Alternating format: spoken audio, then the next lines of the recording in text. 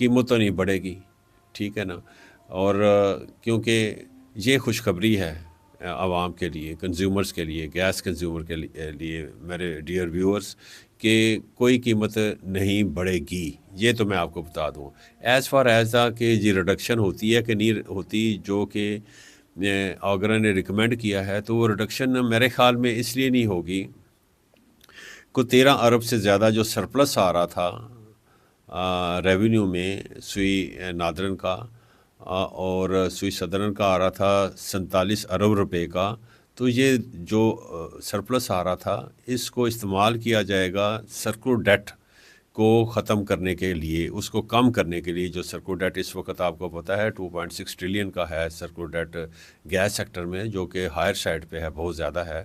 تو government of Pakistan نے actually 1 جولائی 2024 کو فیڈرل گورنمنٹ نے یہ ڈیسیژن کیا تھا کہ اگر کوئی سرپلس وغیرہ میں آتی ہے کوئی بھی گیس کمپنی، تو وہ جو سرپلس ہے وہ استعمال ہوگا شارٹ فال کو میٹ کرنے کے لیے، یا پھر وہ سرکلر ڈیٹ کو کم کرنے کے لیے استعمال ہوگا. تو اب اگر سرکلر ڈیٹ کو کم کرنے کے لیے استعمال ہوگا تو پھر جو پرائسز ہیں وہ سیم رہیں گی، وہ کم نہیں ہوگی.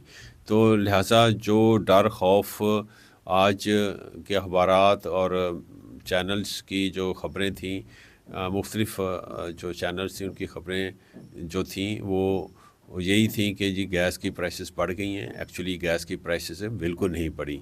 تو آتے ہیں ویورز دوسری سٹوری کی طرف. دوسری سٹوری جو ہے بڑی امپارٹنٹ سٹوریز ہے، وہ ہے ریفائنریز کی اپ گریڈیشن کے حوالے سے.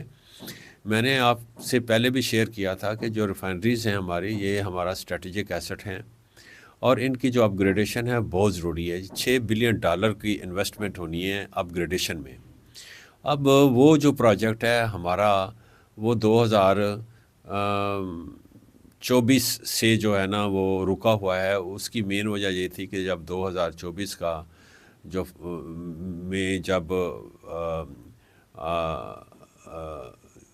بجٹ پیش کیا گیا جون کو، تو اس میں سیز ٹیکس ایگزمپشن کی پخ لگا دی گئی.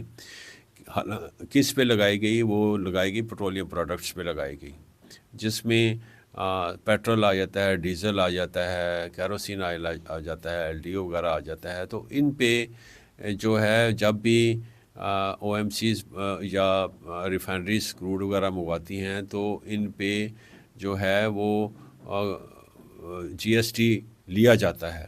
اور وہ جب یہ سیز ٹیکس ایگزمپشن لگی تو اس سے ہوا نقصان کیا کہ ان کی جو ان پٹ ایڈجسٹمنٹ تھی وہ نہیں ہو پا رہی تھی، جس کی وجہ سے آپریشنل کاسٹ جو تھی ریفائنریز کی وہ بڑھ گئی، اور جو اپ گریڈیشن کا جو پروجیکٹ تھا وہ بھی ان وائیبل ہو گیا تھا.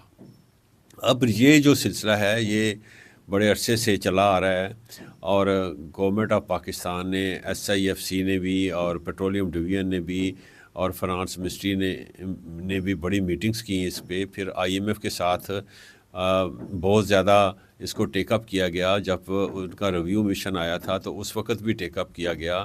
تو انہوں نے اس وقت جو پلان جو تھا، جو پیٹرولیم ڈویژن نے ڈیوائز کیا تھا، وہ ان کے آگے پچ کیا گیا، جس میں انہوں نے کہا تھا یا تو آپ زیرو ریٹڈ جو ہے اسٹیٹس وہ بحال کر دیں POL پروڈکٹس کے حوالے سے، یا پھر آپ ایسا کریں ان پہ 1% جو سیز ٹیکس لگا دیں، 2 لگا دیں، 3 لگا دیں. تو وہ سنتے رہے IMF والے، ریویو مشن والے. انہوں نے کہا آپ ایسا نہ کریں، یہ 1 2 3% تو ہم اس پہ کہیں بھی راضی نہیں ہوں گے. اس کی مین وجہ یہ ہے کہ کوئی قیمتی جو انسان کو بچانے کے لیے کوئی تو ڈرگ ہے نہیں ہے جس پہ ہم سیز ٹیکس کم کریں. یہ ایک عام پروڈکٹ ہے، تو اس پہ تو ہم 18% سیز ٹیکس لگائیں گے. اگر آپ کہتے ہیں کہ سیز ٹیکس لگائیں تو ہم 1% بھی نہیں لگائیں گے، 2% بھی نہیں لگائیں گے، 3% بھی نہیں لگائیں گے جو آپ سجیسٹ کر رہے ہیں. ہم بلکہ 18% لگائیں گے. تو 18% کا جو امپیکٹ تھا وہ $50 پر لیٹر انکریز ہو جاتی تھی ہمارا جو ہے نا پیٹرول بھی اور ڈیزل بھی. تو انہوں نے کہا اگر انکریز ہو جاتا ہے، IMF نے کہا، تو آپ $50 کا امپیکٹ آتا ہے تو آپ $50 پیٹرولیم لیوی کم کر دیں. اس سے ہوگا یہ کہ آپ کو کا GST بھی لگ جائے گا 18%، اور آپ کی جو پرائسز ہیں وہ بھی نہیں بڑھیں گی. تو اس پہ فنانس منسٹری جو تھی نا وہ نہیں مانی. تو اینی ہو بہرحال پھر انہوں نے یہ ضرور وعدہ کیا کہ جی آپ ہم جا رہے ہیں، ہم ریویو مشن والے اب ہم دوبارہ جا رہے ہیں اپنے واشنگٹن میں جا رہے ہیں، تو ایسا کریں گے کہ ہم اپنی ٹیکس سے ریلیٹڈ جو آئی ایم ایف کی ٹیم ہے، جو ٹیکس ایکسپرٹس ہیں، وہ ہمارے آئیں گے، تو ان سے پھر بات چیت آپ کر لیجئے گا، تو کوئی سلوشن نکال لیجئے گا۔ تو ابھی حال ہی میں پیٹرولیم ڈویژن کی دوبارہ ملاقات ہوئی ہے، جو ٹیکس ریلیٹڈ ایشوز پہ آئے ہوئے تھے، ہم نے تو اس حوالے سے پھر پیٹرولیم ڈویژن کے ٹاپ فنکشنریز نے وہی چیزیں ان کے سامنے پیش کیں، تو وہ پھر انہوں نے بھی یہی جواب دیا، انہوں نے بھی کورا جو ہے نا آگے سے انکار کر دیا، اور انہوں نے کہا جی کہ آپ نے اگر sales tax G S T لگانا چاہتے ہیں تو 18% جی ایس ٹی لگا لیں، اور پیٹرولیم لیوی جو ہے 50 روپے جو ہے نا وہ آپ کم کر دیں تاکہ آپ کی جو پرائسز نہ بڑھیں۔ لیکن فنانس منسٹری پھر وہی آڑے آ گئی، اور فنانس اب جو ہے نا فنانس منسٹری کے کورٹ میں گیند ہے۔ اگر وہ صرف اس لیے نہیں لگاتی کہ اس سے پتہ ہے کہ اگر ہم نے جی ایس ٹی لگائی تو اس کا جو مین چنک ہوتا ہے اس ریونیو کا، وہ چلا جاتا ہے صوبوں کے پاس۔ تو یہ جو پیٹرولیم لیوی لگائی گئی ہے، اس کا تمام جو ریونیو جو معاف کیا جاتا ہے وہ سارے کا سارا فیڈرل گورنمنٹ کی کٹی میں چلا جاتا ہے، فیڈرل گورنمنٹ اس کو استعمال کرتی ہے۔ تو اس لیے جو فیڈرل گورنمنٹ ہے یعنی فنانس منسٹری جو ہے وہ اس پہ راضی نہیں ہو رہی۔ تو آپ کہہ سکتے ہیں کہ اس میں آئی ایم ایف کا بھی کوئی قصور نہیں، اگر اس میں قصور ہے تو وہ ہمارے جو ٹیکس جو مشینری ہے اس کا قصور ہے کہ وہ اپنا جو ہے ٹیکس نیٹ نہیں بڑھا رہے اور اس سے وہاں سے آمدنی نہیں لے رہے، اور فنانس جو منسٹری ہے اس کا قصور ہے۔ لیکن اس وجہ سے ہو یہ رہا ہے کہ جو اپ گریڈیشن کا جو پروجیکٹ ہے وہ مزید مجھے لگتا ہے کہ 1 سال کے لیے تعطل کا شکار ہو گیا ہے، اور مجھے تو یہ لگ رہا ہے کہ شاید یہ پروجیکٹ جو ہے کبھی بھی میٹیریلائز نہ ہو۔ تو اگر یہ دیکھا جائے تو اس کا مطلب یہ ہے کہ اب اس وقت جو ہم پروڈکٹ بنا رہے ہیں پیٹرولیم کا جو اس وقت ہمارے پاس اسپیسیفکیشنز ہیں یورو 2 کی، تو وہ اپ ٹو دا مارک وہ بھی نہیں ہے۔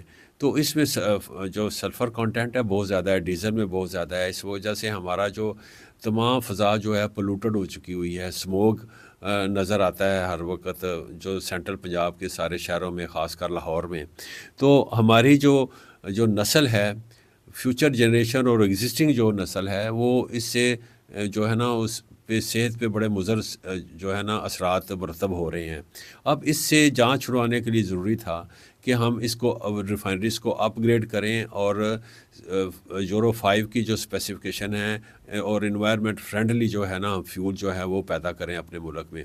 تو اب ناظرین یہ صورتحال ہے ریفائنریز کے حوالے سے، تو مجھے نہیں لگتا کہ ہماری ریفائنریز جو ہے نا نیئر فیوچر میں اس کی اپ گریڈیشن ممکن ہو سکے گی، کم از کم یہ 1 سال کے لیے یہ پینڈ ہو چکی ہوئی ہے۔